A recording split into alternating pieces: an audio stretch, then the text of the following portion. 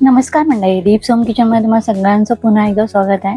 आपल्यापैकी काही जण असे असतात की त्यांना डाळ भात खायला अजिबात आवडत नाही आणि डाळ भात बनवलं की त्यांना त्याच्याबरोबर भाजी पण लागते, पापड लागतो. पण तुम्ही एकदा अशा पद्धतीने डाळ बनवा, या डाळीवर तुम्हाला कशाचीच काही गरज लागणार नाही, एवढी भारी बनते आणि पोटभर जेवण जेवतील. तर चला सुरुवात करू. तर यासाठी सर्वात पहिले आपल्याला मुगाची डाळ, मसूरची डाळ आणि तुरीची डाळ, जर तुमच्याकडे चणा डाळ असली तर ती पण तुम्ही ऍड करू शकता.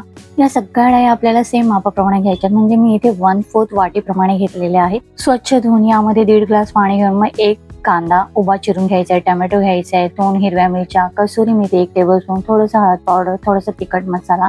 कुकरला लावून आपल्याला याच्या 3 शिट्ट्या घ्यायच्यात. जोपर्यंत शिट्ट्या होत्या तोपर्यंत आता आपण इथे मी एक असा मोठ्या साईजचा दोडका घेतलेला आहे. आपल्याला मोठ्या साईजचाच घ्यायचा आहे, कारण का छोटा असला डाळ आपली तयार झाल्यानंतर मग ते छोटे छोटे तुकडे दिसत नाही. मग आपल्याला असा मोठ्या साईजचा घेऊन पहिला स्वच्छ धुवून घ्यायचा. मग याच्यावरचं सगळं हे वरची साल आहे ती पूर्ण काढून टाकायची आहे.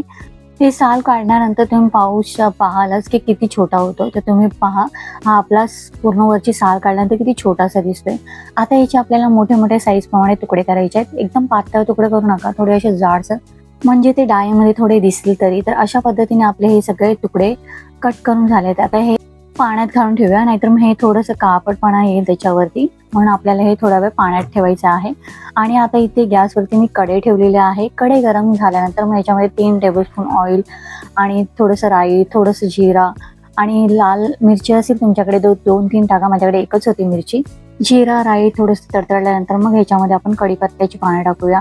आता याच्यामध्ये ना आपल्याला लसूण आणि अद्रकचे असे ना बारीक बारीक छोटे छोटे तुकडे करायचे आहेत. म्हणजे ते छोटे छोटे तुकडे केलात ना, मग ते डाळीमध्ये खाताना ते लागतात ना, खूप भारी लागतं ती चव. आणि तशा पद्धतीने कट केलं ना, ते डाळीमध्ये दिसायला पण भारी दिसतं आणि खाताना पण ते एकदम भारी लागतं. तर याचा खमंग वास येईपर्यंत आपण ते परतून घेऊया. आणि मग याच्यामध्ये आपले जे घरचे मसाले, लाल तिखट, धणा पावडर, हळद पावडर आणि थोडंसं किंचित असं गरम मसाला, चवीनुसार मीठ टाकून एकदा असं चम्मचने परतून घेऊया.